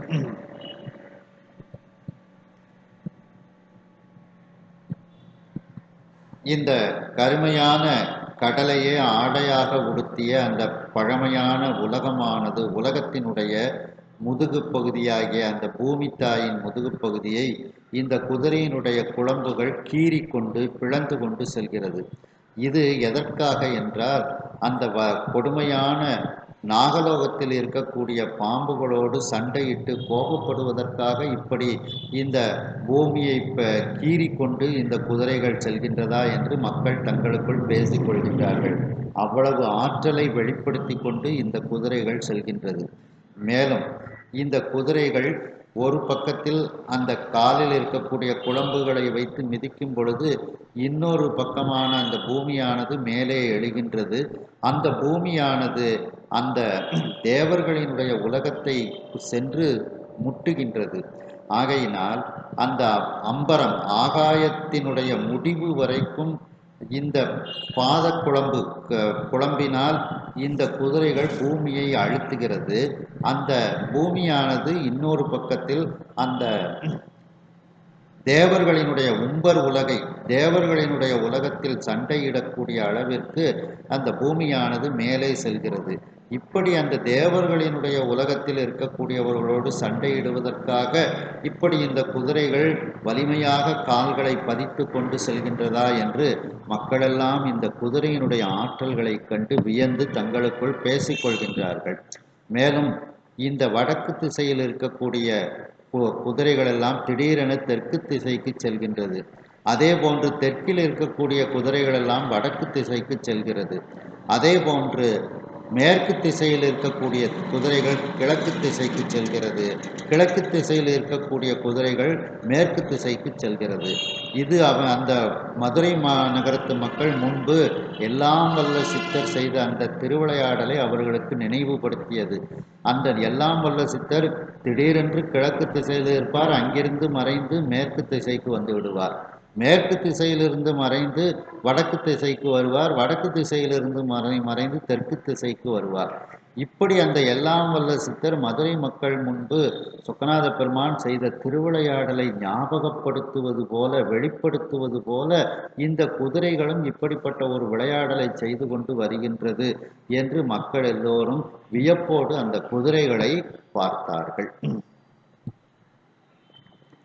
மறைமரபு சால வரும் வன்னி இவை பொன்னி, மறைமரபு சால வரும் வன்னி இவை பொன்னி, துறைவன் குளமும் சுடும் இரும்பனை தொடுக்கும், துறைவன் குளமும் சுடும் இரும்பனை தொடுக்கும், அரவன் குளமும் சுடும் அமைச்சரை ஒருக்கும், அரவன் குளமும் சுடும் அமைச்சரை ஒருக்கும், இறை வழுதி உள்ளமும் இனி சுடுவது என்பார், இறை வழுதி உள்ளமும் இனி சுடுவது என்பார். மறைமரபு சால வரும் வன்னி இவை. அந்த மறைன வேதம், இங்க நூல் அப்படின்னு அர்த்தம் எடுத்துக்கிடணும். குதிரைகளினுடைய இலக்கணத்தை கூறக்கூடிய அந்த நூல், அதான் இங்க வேதம் மறைன்னு சொல்லப்படுது. அந்த குதிரைகளினுடைய இலக்கணத்தை கூறக்கூடிய அந்த நூலில் சொல்லப்பட்டது போல அந்த மரபுப்படி சால மிகவும் நன்றாக இந்த குதிரைகள் எல்லாம் வந்து கொண்டிருக்கின்றது. அதாவது குதிரைக்குரிய இலக்கணத்தோடு இந்த குதிரைகள் எல்லாம் இருக்கின்றது. இந்த குதிரைகளை வன்னி என்றும் கூறுவார்கள். அதாவது தமிழ்ல வன்னி அப்படின்னா குதிரைன்னு ஒரு அர்த்தம் உண்டு. நெருப்புன்னு ஒரு அர்த்தம் உண்டு. வன்னி பத்திரம் நம்ம சுவாமிக்கு அணிவிக்கிறோம் பார்த்தீங்களா, அந்த பத்திரத்துக்கும் வன்னின்னு பேர். என்ன அப்போ வன்னி இலை பிள்ளையாருக்கு ரொம்ப பிடிச்ச பத்திரம். என்ன அப்போ வன்னின்னா நெருப்பு. என்ன இந்த குதிரைகள் இப்போ இதை வந்து ரெண்டு அர்த்தத்தில் சொல்றாரு. இதை குதிரைன்னு சொல்லலாம், நெருப்புன்னு சொல்லலாம். எதனால இதை நெருப்புன்னு சொல்லலாம் அப்படின்னுட்டு அடுத்து அதுக்கு விளக்கம் கொடுக்குறாங்க. என்ன பொன்னி துறைவன் உளமும் சுடும். அதாவது பக்கத்து நாட்டில் மிகப்பெரிய படை இருந்தா அந்த படையை பார்த்து பக்கத்து நாட்டுக்காரங்க பயப்படுவாங்க. இப்போ நம்ம நாட்டில் இருக்கக்கூடிய படையை பார்த்து பாகிஸ்தான் பயப்படுது பார்த்தீங்களா. நாங்களும் படையை பெருக்கணும்னு அவங்க பெருக்குறாங்க, பாகிஸ்தானை பார்த்து நாமளும் படையை பெருக்கணும்னு நம்ம பெருக்குதோம். அது மாதிரி சோழ நாட்டுக்கு இந்த குதிரைகளை பார்த்த உடனே சோழ நாட்டு அரசனுக்கு பயம் வரும். அவனுடைய உள்ளத்தை இந்த படை பலமானது சுடும் அப்படின்னுட்டு சொல்றார். பொன்னி துறைவன், பொன்னின காவேரி ஆறு, அந்த காவேரி ஆற்றை துறையாக உடைய சோழ மன்னனுடைய உள்ளம் இந்த படையை பார்த்து உள்ளம் அவனுக்கு சுடுமா. ஏன்னா இந்த குதிரையும் வன்னின்னு அதுக்கு ஒரு பேர் இருக்கு பார்த்தீங்களா. வன்னின்னா நெருப்பு, நெருப்பு சுடும். அந்த குதிரையை படையை பார்த்த உடனே சோழ மன்னனுக்கு ஒரு பயம் உணர்வு ஏற்படும். அவனுடைய உள்ளம் இந்த படைகளினால் சுடும். அடுத்து நமக்கு பக்கத்தில் இருக்கக்கூடிய நாடு சேர நாடு. சேர நாட்டு அரசனுக்கு வந்து பனம்பூ தான் அவன் வந்து கழுத்தில் அணிஞ்சிருப்பாங்க. நம்ம பாண்டிய நாட்டு அரசன் வந்து வேப்ப மாலை. இரும் பனை தொடுக்கும், அந்த வலிமையான பனம்பூவை தொடுத்து கட்டப்பட்ட மாலையை அணிந்த அரவன். அரவன்னா சேர நாட்டு அரசன் அர்த்தம். அறத்தை கடைபிடிக்கக்கூடியவன் அந்த சேர நாட்டு அரசன். அந்த சேர நாட்டு அரசனுக்கும் இந்த குதிரைப்படையை பார்த்த உடனே அவனுடைய உள்ளமும் சுடுமா. ஏன்னா இது வன்னி, குதிரை வந்து வன்னி, அதனால சுடும். எதனால சுடும்? அப்பா எவ்வளோ பெரிய படையை பெருக்கி வச்சிருக்காங்க, நம்ம நாட்டு மேலே படையெடுத்தா நம்ம நாடு தாங்குமா அப்படின்னுங்கிற எண்ணம் ஏற்படும் சேர நாட்டு அரசனுக்கும். சரி, அமைச்சரை ஒருக்கும் இறை வழுதி. அமைச்சர் மாணிக்கவாசகர், மாணிக்கவாசகரை தண்டிச்சாச்சு. இப்போ முதல்ல சிறையில் மணிவாசக பெருமானை அடைச்சாச்சு. அப்போ மணிவாசக பெருமானை தண்டிக்கக்கூடிய அந்த இறைவனாக கருதப்படக்கூடிய வழுதி மன்னர், பாண்டிய மன்னர், நல்ல நேர்மையான அரசர்களை இறைவனுக்கு ஒப்பாக சொல்லுவாங்க. அப்போ மாணிக்கவாசகரை தண்டித்த அந்த இறைவனாக இருக்கக்கூடிய பாண்டிய மன்னன் அவனுடைய உள்ளமும் இனி சுடுவது என்பார். மக்கள்லாம் சொல்றாங்களாம் இப்படி. அந்த பாண்டிய மன்னனினுடைய உள்ளத்தையும் இந்த குதிரைகள் சுடும். ஏன் சுடும்? ஐயோ குதிரை வரும்னு சொன்னாரு, அதுக்கு முந்தி நாம சிறையில் அடைச்சிட்டோமேன்னு நடந்ததை நினைத்து அவனுடைய உள்ளம் சுடும். இனி நடக்க போவதை நினைச்சும் சுடும். இனி என்ன நடக்க போகுது? குதிரை பூரா நரியா மாறிடும். நரியா மாறினோடனே திரும்பவும் பாண்டிய மன்னனுக்கு கோபம் வரப்போகுது. திரும்பவும் மாணிக்கவாசகர் தண்டனை கொடு அப்படின்னு நடந்ததை நினைச்சும் அவனுக்கு உள்ளம் சுடும். குதிரை வரும் சொன்னாரு, கொஞ்சம் காத்துட்டு இருக்கலாமே, இதா வந்துட்டு இவள் நம்ம சிறையில் அடைச்சிட்டோமேன்னு உள்ளம் சுடுமா. கொடுத்த தண்டனையை நினைத்து சுடுமா. சரி, அடுத்தால இது முடிஞ்சுது அப்படின்னா அடுத்தால இது பூரா நரியாக போகுது. திரும்பவும் பாண்டிய மன்னனுக்கு கோபம் வந்து அவனுடைய உள்ளத்தை சுடும். ஏனென்றால் இந்த குதிரைகள் நெருப்பு போன்றவை அப்படின்ட்டு, அதனாலதான் இதுக்கு வன்னின்னு பேர் வச்சிருக்காங்க அப்படிங்கிற ஒரு கருத்தை இதுல வந்து சொல்லிக்கொண்டு வருகின்றார். அந்த அமைச்சரை ஒருக்கும் இறை வழுதி உள்ளமும் அந்த பாண்டிய மன்னனினுடைய உள்ளமும் இனி சுடுவது என்பார். இனி வருங்காலங்களில் இதை நினைத்து சுடும் அப்படின்ட்டு. ஏன்னா இந்த குதிரைகள்லாம் நெருப்பு போன்றவை அப்படின்ட்டு. நெருப்பு வந்து நம்ம தெரிஞ்சு தொட்டாலும் சுடும், தெரியாம தொட்டாலும் சுடும். அதனுடைய குணம் அது மாதிரி இறைவனுக்கு நாம தெரிஞ்சு ஒரு புண்ணிய காரியத்தை செஞ்சாலும் நமக்கு பலம் உண்டு, தெரியாம ஒரு புண்ணிய காரியத்தை செஞ்சாலும் பலம் உண்டு. இதுக்கு நல்ல உதாரணம் என்னன்னா, அந்த திருமுறை காட்டுல மூலஸ்தானத்துல திரி வந்து கருப்பாகி கனன்றுகிட்டு இருக்கு, அணையக்கூடிய நிலை. ஆனால் விளக்குல எண்ணெய் நிறைய இருக்கு, விளக்குல எண்ணெய் நிறைய இருக்கு. திரியை வந்து தூண்டி விடாம அது ஒரு மாதிரி கருப்படிச்சு கனன்றுகிட்டே இருக்கும். அது அணைஞ்சிடும், எவ்வளோ எண்ணெய் இருந்தாலும் கொஞ்ச நேரத்தில் அணைஞ்சிடும் அது. இப்போ அந்த திரியை ஒன்று அந்த திரியில உள்ள அந்த கருப்பை நீக்கணும், இல்லை தூண்டி விடணும். தூண்டி விட்டா அந்த கருப்புக்கு அப்புறம் உள்ள பகுதியை வந்து பிடிச்சி எரியும். அந்த அந்த விளக்குல எண்ணெய் இருக்கு, அந்த எண்ணெயை குடிக்கிறதுக்காண்டி எரி போகுது, மூலஸ்தானத்தில் உள்ள ஒரு எரி போகுது. அதுக்கு தெரியுமா நெருப்பு சுடும் அப்படின்ட்டு அது அந்த எண்ணெயை குடிக்க போனதுக்கு மூக்கில் உள்ள முடி வந்து லேசா தீயில கருகுது. அந்த தீயில கருகி அந்த அணையக்கூடிய திரியை அது வந்து தூண்டி விட்டு, அந்த திரியை தூண்டி விட்டதுனால விளக்கு அணையாம அந்த கனன்று போன அந்த திரிக்கு அந்த பக்கம் திரும்ப அந்த தீபமானது ஏற்றப்பட்டு அப்படியே அந்த விளக்கு தொடர்ந்து எரிஞ்சுக்கிட்டே இருக்கு.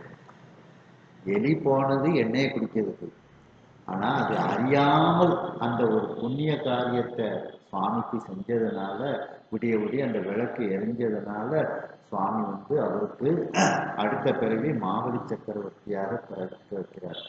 அதனாலதான் இறைவன் நெருப்பு, தெரிஞ்சு தொட்டாலும் அந்த குணத்தை காமிப்பாரு, தெரியாம தொட்டாலும் அந்த குணத்தை காமிப்பார். தெரிஞ்சு நாம ஒரு புண்ணிய காரியத்தை இறைவனுக்கு செஞ்சாலும் தொண்டு செஞ்சாலும் அதுக்கு பலன் உண்டு. நம்ம அறியாம ஒரு புண்ணிய காரியத்தை இறைவனுக்கு செஞ்சாலும் அது வந்து பலனை கொடுக்கும் அப்படின்னு சொல்லியிருக்காங்க. அதை திருமுறைகள்ல அப்பர் சுவாமிகள் அழகா சொல்லுவாங்க. நிறைமறை காடு தன்னில் நீண்டறி தீபம் தன்னை கரை நிறத்து எலி தன் மூக்கு சுட்டிட கணன்று தூண்ட நிறைகடல் மண்ணும் விண்ணும் நீண்டவான் உலகும் எல்லாம் குறைவர கொடுப்பரு போலும் பொறுக்கை விரட்டனாரே. அப்போ கேரளாவில் கொண்டாடக்கூடிய ஓணத்துக்கு பிறப்பிடமே திருமறைக்காடு தான், வேதாரண்யம் தான். வேதாரண்யத்தில் நடந்த நிகழ்ச்சியினால்தான் கேரளாவில் இன்னைக்கு ஓணம் விமர்சையா கொண்டாடுறாங்க. முந்தை ஒரு மந்திரி பொருட்டு அரசன் முன்னார், முந்தை ஒரு மந்திரி பொருட்டு அரசன் முன்னார், அந்தமில் அநீகமொடு அரும்பரியில் வந்து ஆங்கு, அந்தமில் அநீகமொடு அரும்பரியில் வந்து ஆங்கு, இந்த மறை மந்திரி இடும்பை தணிவிப்பான், இந்த மறை மந்திரி இடும்பை தணிவிப்பான், வந்தனர் கொள்கிப்பறி வரும்பொருள் என்பார், வந்தனர் கொள்கிப்பறி வரும்பொருள் என்பார். இதுலயும் முன்பு நாம பார்த்த ஒரு திருவிளையாடலை சொல்றாங்க. முன்பு ஒரு மந்திரி பொருட்டு, யாரு, சௌந்தர சாமந்தன் ஒரு மந்திரியை பத்தி பார்த்தோம் பார்த்தீங்களா? இதே மாணிக்கவாசகர் கதை தான் சௌந்தர சாமந்தன். இதுவும் என்ன, அந்த சௌந்தர சாமந்தன் என்கின்ற மந்திரியின் பொருட்டு அவனுக்காக அரசன் முன்னா, பாண்டிய மன்னனினுடைய முன்னிலையில் இந்த சொக்கநாத பெருமான் அந்த சௌந்தர சாமந்தன் மந்திரியை காப்பாற்றுவதற்காக அளவில்லாத குதிரை படைகளோடு அந்த குதிரையில வந்து அந்த மந்திரியை காப்பாற்றினார். அதை போல இந்த மந்திரியையும் காப்பாற்றுவதற்காக அந்த சொக்கநாத பெருமானே இப்படி வந்திருப்பாரோ அப்படின்னு மக்கள் எல்லாம் பேசிக்கொள்கிறார்கள் தங்களுக்குள். அந்த பொருட்டு அரசன் முன்னா, பாண்டியன் முன்னிலையில் அந்தமில் அணிகமோடு, அளவில்லாத, அந்தமில்லுன்னா அளவில்லாத முடிவில்லாத, அணிகம்னா சேனை, குதிரை சேனைகள், காலாட்படை எல்லாத்தையும் கூட்டிகிட்டு வர்றாருல. ஒவ்வொரு காலாட்படை வீரர்களையும் இவங்க இந்த தேசத்து வீரர்கள், இவங்க இந்த தேசத்து வீரர்கள் அப்படின்னுட்டு ஒரு பெரிய படையை கூட்டிகிட்டு சுவாமி வராரு. இவங்க கலிங்க தேசத்தில் உள்ளவங்க, இவங்க மகத தேசத்தில் உள்ளவங்க, எல்லாருக்கும் ஒரு ஊரை கொடுத்து அவங்க வச்சுருவாங்க. எப்படின்னா இப்போ நம்ம நாட்டு இப்போ தமிழ்நாட்டில் உள்ள போலீஸு சில இடத்துல சிக்கலாக்குவாங்கன்னுட்டு சென்ட்ரல் கவர்மெண்ட்லேருந்து போலீஸ் அனுப்புதாங்க. பார்த்தீங்களா, திருப்பரங்குன்றத்துக்கு அனுப்புனாங்கல்ல, சரியாக அந்த நேரத்தில் வருது. திருப்பரங்குன்றத்தில் நம்ம போலீஸு சரியாக வேலை பார்க்க மாட்டாங்கன்னுட்டு சென்ட்ரல் கவர்மெண்ட்லேருந்து போலீஸ் அனுப்புகிறாங்க. அதை மாதிரி நம்ம நாட்டில் உள்ளவங்களும் பாண்டிய நாட்டில் உள்ளவங்களும் படை வீரர்கள் இருப்பாங்க. ஆனாலும் தெரிஞ்ச இடத்துக்கு ஒருத்தரை தெரிஞ்ச ஊருக்கு நம்ம நாட்டில் உள்ளவங்கள அனுப்ப முடியாது. அதனால் வேற்று நாட்டிலேருந்து கொஞ்சம் பேரை இங்கே குடும்பத்தோடு இங்கே அழைச்சிட்டு வந்துடுவாங்க. அவங்களுக்கு ஒரு ஊரை கொடுத்து அவங்கள அங்கே தங்க வைப்பாங்க. அவங்க திடீர்னு இந்த இடத்துக்கு வாங்கன்னா உடனே வந்துடுவாங்க, சென்ட்ரல் கவர்மெண்ட் போலீஸ் மாதிரி. அந்த மாதிரி அந்த சவுந்தர சாமந்தன் ஒவ்வொரு நாட்டில இருந்தும் படை வீரர்களை கொண்டு வந்து அரசன் முன்பு அந்த மந்திரிக்காக வேண்டி சுவாமி கொண்டு வந்து காமிச்சார். அந்த வரலாற்றை இதில் சொல்றாரு. அந்த அந்தமில் அநீகமோடு அளவில்லாத அந்த படைகளோடு அந்த வலிமையான குதிரையில் அந்த சொக்கநாத பெருமான் அங்கு வந்து நின்றார். அந்த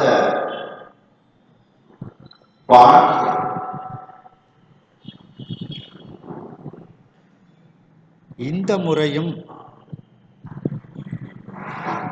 முறையும் இந்த மந்திரியாகிய இந்த மாணிக்கவாசக பெருமானுக்கு வந்த இடும்பை துன்பத்தை தணிவிப்பதற்காக இந்த சொக்கநாத பெருமானே இப்படி வந்திருக்கின்றாரோ அப்படின்னுட்டு அந்த மதுரை மாநகரத்து மக்கள் எல்லாம் ஒருவருக்கொருவர் ஒவ்வொரு கருத்தை பேசிக்கொண்டு அவர்கள் இந்த குதிரை கூட்டத்தை பார்த்து கொண்டு அவர்கள் இருக்கின்றார்கள். இப்பவும் நான் சில ஊர்களுக்கு போகும்போது ஒரே குரூப்பு ஒரு ஊரில் ஒரே இது பார்த்தீங்கன்னா சில ஊர்களில் முழுக்க நாயக்கர்கள் இருக்கு. மருந்துக்கு கூட வேற ஆளே கிடையாது. அப்போ இவங்கள்லாம் ஒருவேளை இந்த ஆந்திராவிலேருந்து நாயக்கர்கள் ஆட்சி காலத்தில் அந்த ஊரில் கொண்டு வந்து இவங்களெல்லாம் வச்சுருப்பாங்களோ அப்படின்ட்டு நினச்சி பார்க்குறது உண்டு. அது அதே மாதிரி இந்த விளாத்திக்குளம் புதூர் பக்கத்தில் ஒரு ஊரில் பார்த்திங்கன்னா அந்த புதூருக்கும் சாத்தூருக்கும் இடையில ஒரு ஊர். அந்த ஊரில் பூரா பார்த்திங்கன்னா ஆந்திராவில் உள்ள கவுண்டர்கள். ஊர் முழுக்க அவங்க தான், வேற ஆளே கிடையாது. அந்த ஆந்திராவில் உள்ள கவுண்டர்கள் அந்த ஊர் முழுக்க இருந்தாங்க. இப்போ இதை பார்க்கும்போது இவங்க இப்படித்தான் அவங்கள குடியேற்றி இருப்பாங்க. அந்த குடியேற்றங்கள் அப்படியே இன்றைக்கும் இருக்கிறாங்க அப்படின்ட்டு தோணுது.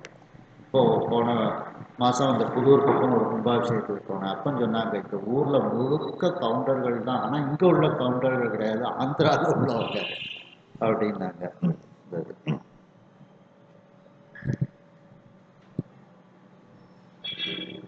குதிரை இலக்கணத்தை உடைய நூலில் சொல்லப்பட்டது போல மிகச் சிறப்பாக இருக்கக்கூடிய இந்த குதிரைகளுக்கு வன்னி என்றும் ஒரு பெயர் உண்டு.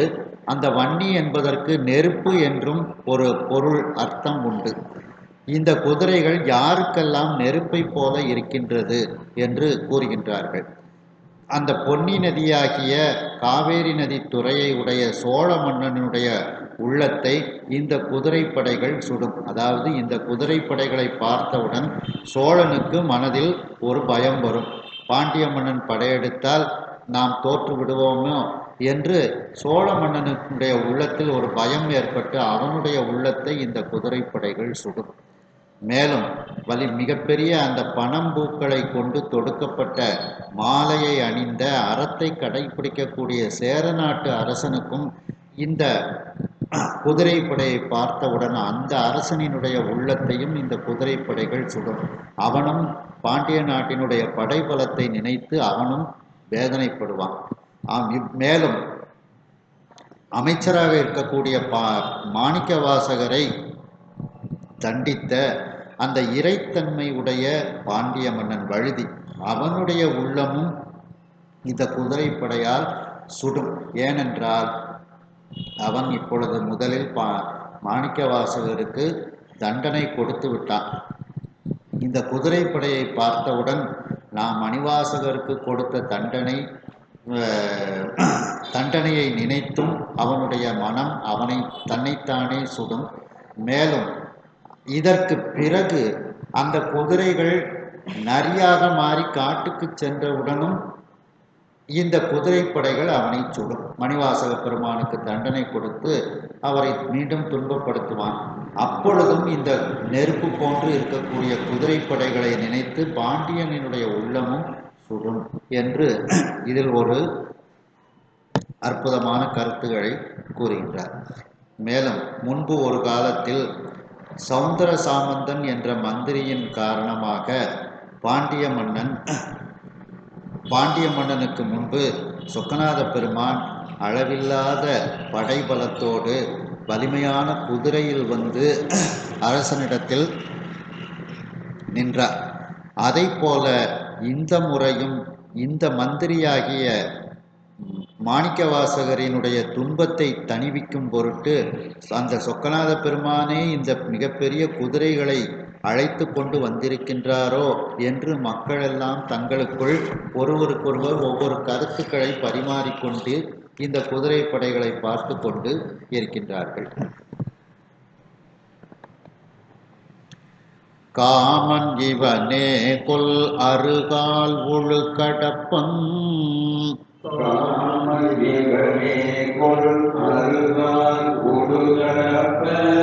தாமன் இவனே கொல் பொரு தாரகனை வென்றோன்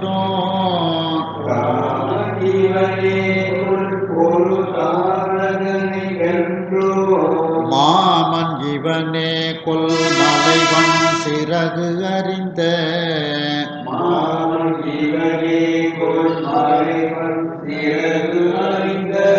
நாமன் இவனே கொல் என நாரியர் அயிர்த்தார்.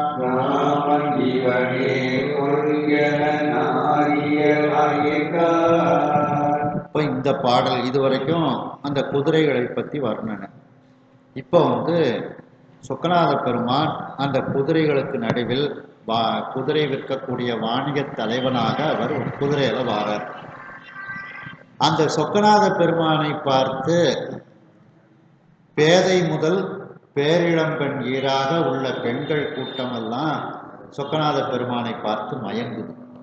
அவங்க எப்படி மயங்கினாங்க அந்த சொக்கநாத பெருமானை பார்த்து அப்படின்னுட்டு மயங்கி அவர்கள் தங்களுக்குள் எப்படி பேசிக்கொள்கின்றார்கள் அப்படிங்கிறத இதுல சொல்றாங்க.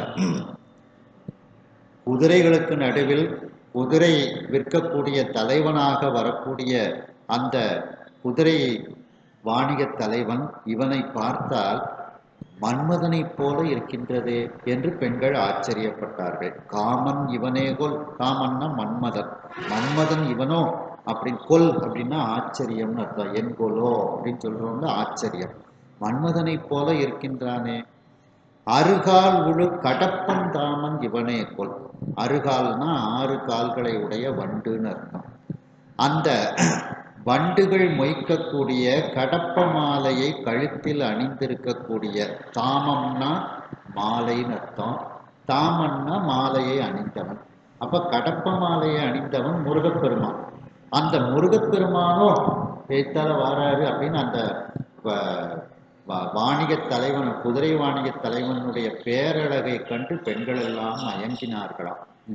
இவனே போல் பொரு தாரகனை வென்றோன் மாமன் இவனே போல். சண்டையிடுவதற்காக வந்த அந்த தாரகாசூரன், அந்த தாரகாசூரனை வெற்றி கொண்ட முருகப்பெருமான். அந்த முருகப்பெருமானுக்கு மாமன் யாரு? திருமால். வந்திருப்பது திருமாலோ அப்படின்னுட்டு மயங்கினார்களாம். மலைவன் சிறகு அறிந்த நாமன் இவனே கொல். அந்த மலையினுடைய வலிமையான அந்த சிகரத்தை வெட்டி வீழ்த்திய அந்த பெருமையை உடைய இந்திரனோ அப்படின்னுட்டு இந்த பெண்கள் எல்லாம் சந்தேகம் அடைந்தார்கள். தங்களுக்குள் ஒருவருக்கொருவர் பேசிக்கொண்டு இருக்கின்றார்கள். அதாவது இந்த குதிரைப்படை வீரர்களுக்கு நடுவில் அந்த குதிரை வாணிக தலைவனாக வந்திருக்கக்கூடிய அந்த பெருமான் மன்மதனா, முருகனா, திருமாலா, இந்திரனா என நாரியர் அயிர்த்தார். நாரியர்னா பெண்கள்னு அர்த்தம். பெண்கள் எல்லோரும் சந்தேகம் அடைந்தார்கள், தங்களுக்குள் பேசிக்கொள்கின்றார்கள். நம் கடம்பனை பெற்றவள் பங்கினன். அப்போ கடம்ப மாலை வந்து முருகப்பெருமானுக்கே உரிய மாலை, அதனாலதான் அவனுக்கு கடம்பன் அப்படின்னுட்டு பேர். கடப்பந்தாமன்னா முருகப்பெருமான் அப்படின்னு அர்த்தம். அடுத்திடுவர் கண்ணிறைய அண்ணல் அழகு எல்லாம்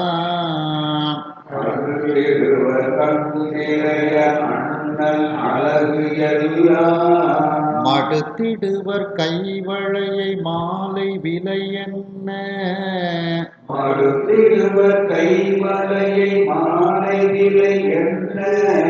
கொடுத்திடுவர் மாலைகள் கொடுத்திடுதி அன்றே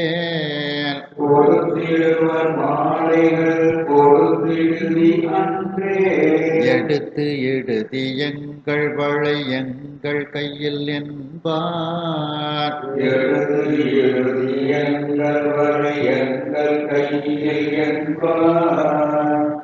இந்த பெண்கள்லாம் அந்த நடுநாயகமாக வரக்கூடிய அந்த சொக்கநாத பெருமான் பக்கத்துல போய் நிற்கின்றார்கள்.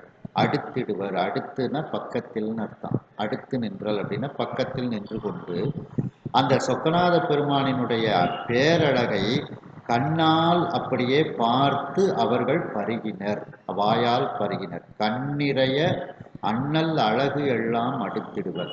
அந்த கண்ணுக்கு மிகவும் ஒரு குளிர்ச்சியை தந்து கொண்டு அழகை தந்து கொண்டு இருக்கக்கூடிய அந்த அண்ணல், அந்த சொக்கநாத பெருமானினுடைய அழகு முழுவதையும் அவர்கள் கண்களால் பருகினார்கள். மடுத்திடுவர்னா பருகுதல்னு அர்த்தம். கையில் இருக்கக்கூடிய வளையல்களை எல்லாம், சுவாமி உன் கழுத்தில் போட்டிருக்க மாலையை எங்களுக்கு கொடு, பதிலுக்கு இந்த தங்க வளையலை உங்களுக்கு தாரோம் அப்படின்னுட்டு அந்த பெண்கள் எல்லாம் தங்கள் கையில் இருக்கக்கூடிய அந்த வளையலை அந்த சொக்கநாத பெருமான் கழுத்தில் இருந்து அணிந்திருக்கக்கூடிய மாலைக்கு விலையாக கொடுத்தார்களாம். கைவளையை, கையில் அணிந்திருக்கக்கூடிய வளையலை மாலை விலை என்ன, சுவாமி அணிந்திருக்கக்கூடிய கழுத்தில் இருக்கக்கூடிய மாலைக்கு இதான் விலை அப்படின்னுட்டு அந்த தங்க வளையலை அவர்கள் கொடுத்தார்கள். அப்போ சுவாமி வந்து பதிலுக்கு மாலைகள் கொடுக்கணும்ல, மாலை கொடுக்கல. அப்ப இந்த பெண்கள்லாம் கேட்காங்க, ஒண்ணு உன் கழுத்துல உள்ள மாலையை கொடு, இல்லை நாங்க கொடுத்த வளையலை எங்க கையில நீயே போட்டு விடு அப்படின்னுட்டு கேட்டாங்களாம். ஏன்னா ஏற்கனவே அவர்களுக்கு தெரியும், இந்த சொக்கநாத பெருமான் முந்தி ஒரு வாணிக செட்டியாராக வந்து, வளையல் விற்கக்கூடிய செட்டியாராக வந்து இந்த மதுரையில் உள்ள பெண்களுக்கெல்லாம் கையில் வந்து வளையல் போட்டு போனாரு அப்படிங்கிற வரலாறை அவர்கள் நினைத்து கொண்டு மாலைகள் கொடுத்திடுதி, நாங்கள் ஒன்று உன் கழுத்தில் இருக்கக்கூடிய மாலைகளை எங்களுக்கு கொடு, அன்றேல் அதை தராவிட்டால் எடுத்து இடுதி எங்கள் வளை, நாங்கள் கொடுத்தோம்ல உனக்கு வளையல், அந்த வளையல்களையெல்லாம் நீ கையில் எடுத்து எங்களுடைய கையில் அணிவிப்பாயாக. முன்னொரு காலத்தில் நீ அணிவித்தாய் அல்லவா, அதை போல இப்பொழுது நீ அணிவிப்பாயாக அப்படின்னு அந்த பெண்கள் எல்லாம் சொக்கநாத பெருமானை நோக்கி வேண்டுகின்றார்கள். இங்க அந்த பெண்கள்ங்கிறது உயிர் கூட்டங்கள்.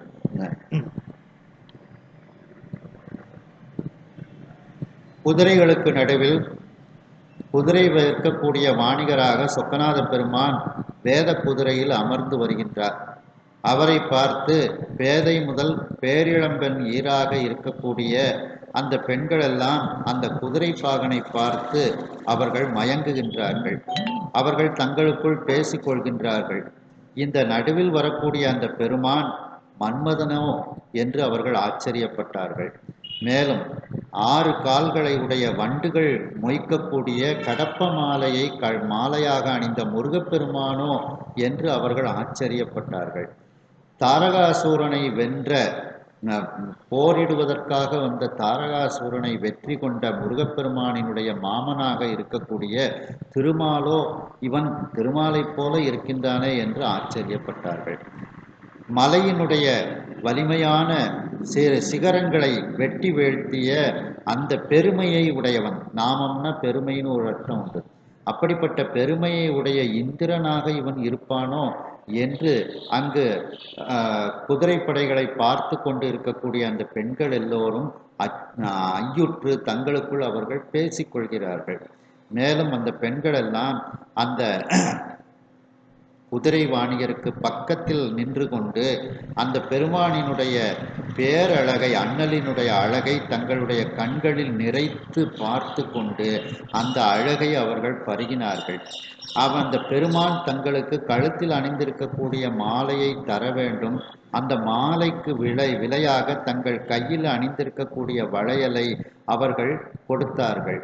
எங்களுக்கு அந்த பெருமான் மாலைகள் பெண்களுக்கு கொடுக்கவில்லை.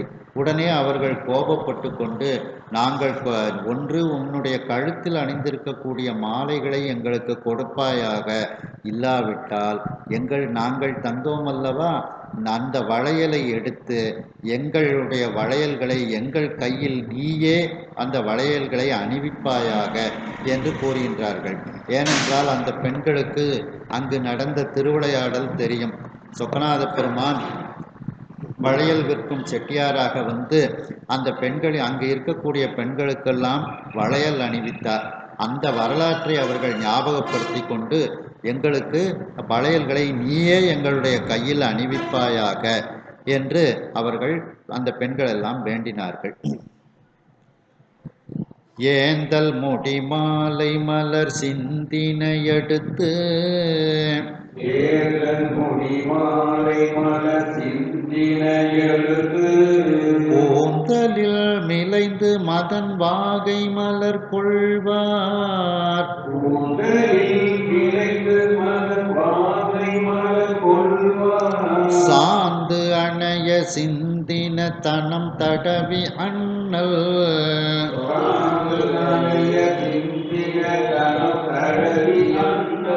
தோய்ந்து அளவிலா மகிழ் துழும்பினவராவார்.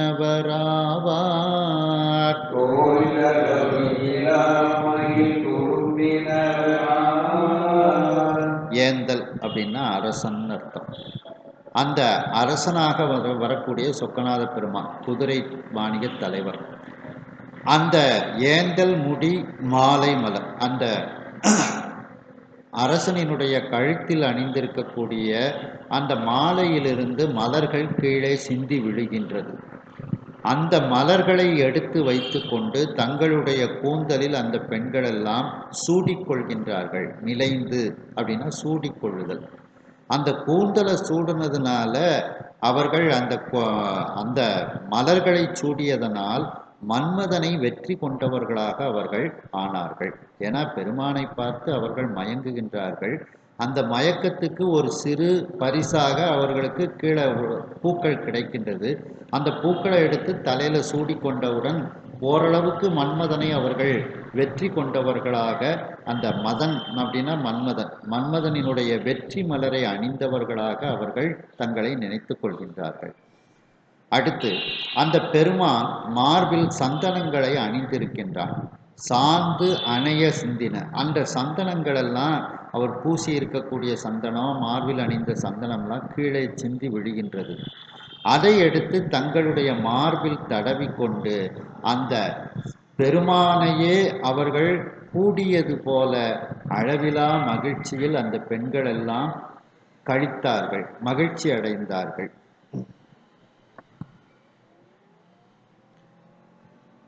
பொட்டது அழகன் மார்பிலிடு போர்வை கவசப்பேர்,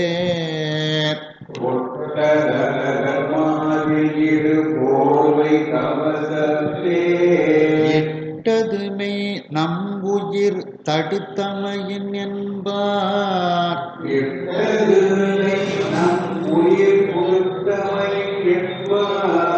அந்த டூவுக்கு முன்னால தானா சேர்த்துக்கிடுங்க. உயிர் தடுத்தமையின் என்பார். இட்டதுமை நம்புயிர் தடுத்தமையின் என்பார்.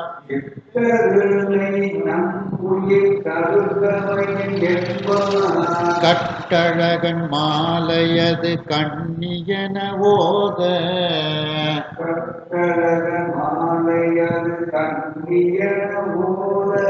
பட்ட பட்டது மெய் நம்புயிர் படுத்தமையினென்பார். பட்டது மெய் நம்முயிர் படுத்தமையின் என்பார். பொட்டது அழகன், பொட்டு அணிந்த ஈசன் அப்படின்ட்டு சந்தன பொட்டு சுவாமி அணிஞ்சிருக்கின்றார். அப்படி பொட்டு அணிந்த அந்த அழகனாகிய சொக்கநாத பெருமான், அவர் மார்பில் ஒரு போர்வையை கவசமாக அணிந்திருக்கின்றார். அதுக்கு ஏன் கவசம்னு பேர் கொடுத்தாங்க? அது கொடுத்தது உண்மைதான். என்ன கவச பேர் இட்டது மெய், அதுக்கு கவசம்னுட்டு பேர் கொடுத்தது உண்மைதான். எதனால உண்மை அப்படின்னா, நம் உயிர் தடுத்தமையின் என்பார். நம்முடைய உயிரை தடுத்து நிறுத்துவதனால், அவனிடத்திலிருந்து தடுத்து நிறுத்துவதனால் அதுக்கு கவசம்னு கொடுத்தாங்க. இல்லைன்னா நம்முடைய உயிர் அவனோடு சேர்ந்து விடும். அப்போ நம்முடைய அவனுடைய உடலும் நம்முடைய உடலும் அந்த சேரக்கூடியதை தடுத்து நிறுத்தியதனால், இங்க நம் உயிர்னா உயிரும் உடலும் ரெண்டு பிரிக்க முடியாது.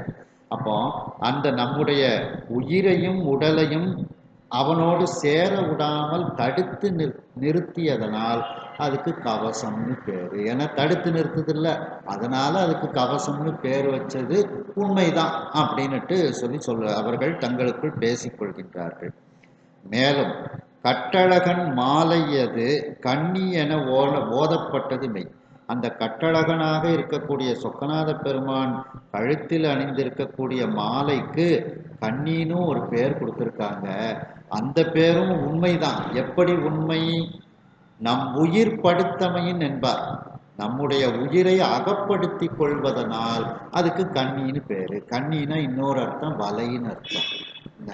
அந்த மீனவன் வலையை வீசுவான், அந்த அதில் கண்ணிகள் எல்லாம் கோர்த்துருக்கும்.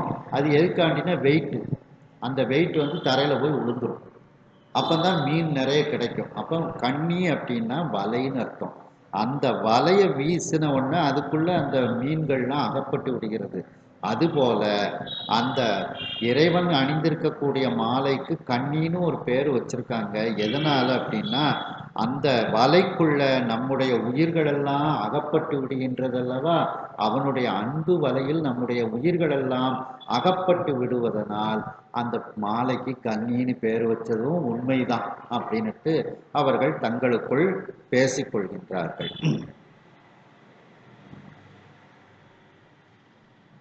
நடுநாயகமாக தலைவனாக வரக்கூடிய அந்த குதிரை வாணியனுடைய தலையிலிருந்து தலையில் அணிந்திருக்கக்கூடிய கழுத்தில் அணிந்திருக்கக்கூடிய மாலைகளிலிருந்து சில மலர்கள் கீழே சிந்தி விழுகின்றது.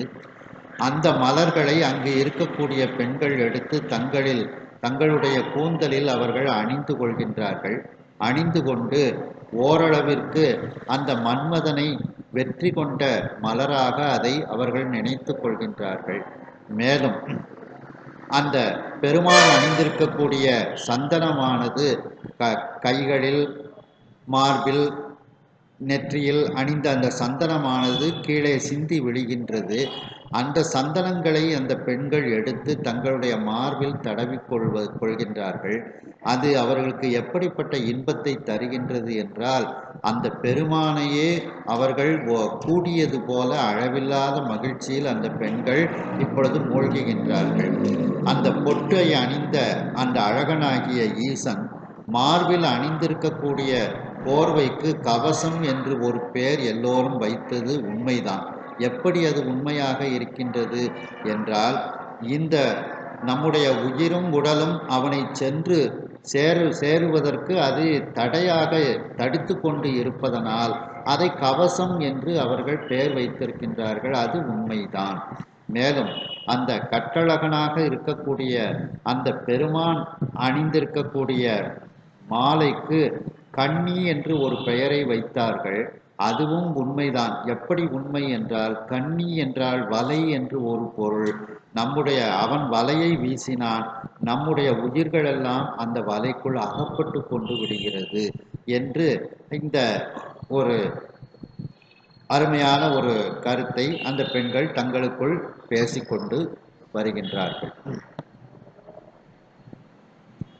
இச்சையால் வடிவு எடுப்பவன் இந்திரசால இச்சையால் வடிவு எடுப்பவன் இந்திரசால விச்சை காட்டுவான் என பரிவீரனில் உலகை விச்சை காட்டுவான் என பரிவீரனில் உலகை பிச்சு அது ஏற்றிட மயக்கியும் காமனில் பெரிதும்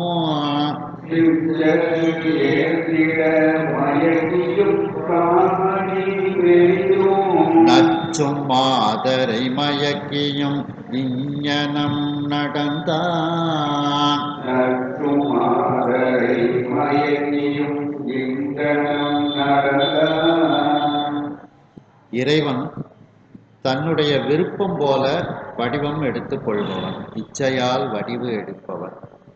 அப்படி அவன் வடிவத்தை எடுக்கலைன்னா நம்மால இந்த உயிர்கள் ஈடேறவே முடியாது. இந்த உயிர்கள் ஈடேற வேண்டும் என்றால் அவன் தன் விருப்பம் போல வடிவத்தை எடுத்துக்கொண்டு வருவான். அவன் வடிவத்தை எடுத்துக்கொண்டு வரலைன்னா, குருநாதராக வரலைன்னா நமக்கு ஆகமம் என்ன தெரியும், வேதம் என்ன தெரியும், எதுதான் நமக்கு தெரியும்?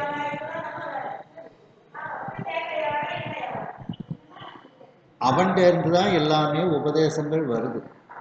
அப்போ அவன் உணர்த்த உணரில் ஆன்மா. அவன் நமக்கு உணர்த்தலைன்னா நம்மால உணர முடியாது. அதனால தான் இந்த உயிர்களை ஈடேற்றுவதற்காக அவன் விருப்பம் போல வடிவத்தை எடுக்கக்கூடியவன். இதுல சொல்லும்போது ஆகமங்கள் எங்கே, அருசமயத்து இதெல்லாம் எங்கே அப்படின்னு சொல்லி கேட்டு பாகத்து அருள் வடிவும் தானுமாய் ஆண்டிலனேல் அப்படின்னுட்டு வரும். அப்போ அந்த பெருமான் இப்படி உருவத்தை எடுத்துட்டு கொண்டு வரலன்னா நாம் ஆகமத்தை அறிய முடியாது, உபதேசம் பெற முடியாது, குருநாதர் நமக்கு கிடைக்காது. என்ன ஏன்னா இறைவன் தேர்ந்து உபதேசம் பெற்றவர்கள் தான் அடுத்த குருநாதர்களாக வராங்க. அதனால தான் இதில் வந்து சொல்றார், இச்சையால் வடிவு எடுப்பவன். அந்த பெருமான் இப்போ தன்னுடைய விருப்பப்படி எந்த வடிவத்தை எடுத்திருக்கின்றான்? குதிரை வாணிக தலைவனாக வடிவத்தை எடுத்திருக்கின்றான். அப்போ அந்த வடிவத்துக்கு ஏற்றார் போல இந்திரஜால விச்சை காட்டுவான் என பரிவீரனில் இந்திரஜால வித்தை காட்டக்கூடியவனை போல அவன் இப்பொழுது வருகின்றான். அந்த குதிரை வீரனை போல வந்து பரிவீரனில் அப்படின்னா, பரின குதிரை, குதிரை வீரனை போல வந்து உலகை பிச்சு அது ஏற்றிட.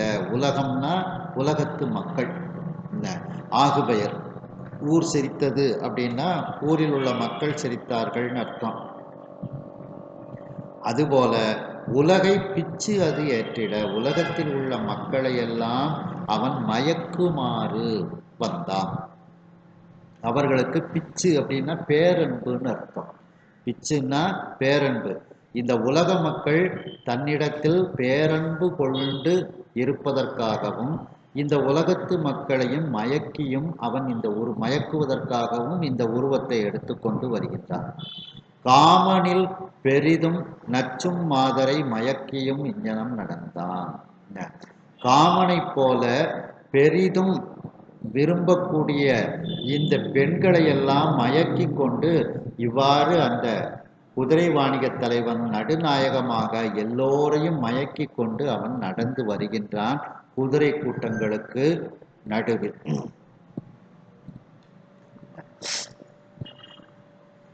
என்று இந்த அளவில் இந்த சிந்தனையை நிறைவு செய்து மீண்டும் அடுத்த சிந்தனையில் இதனை நாம் தொடர்வோம்.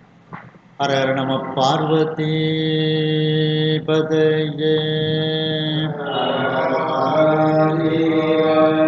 வெற்றிவேல் முருகனுக்கு.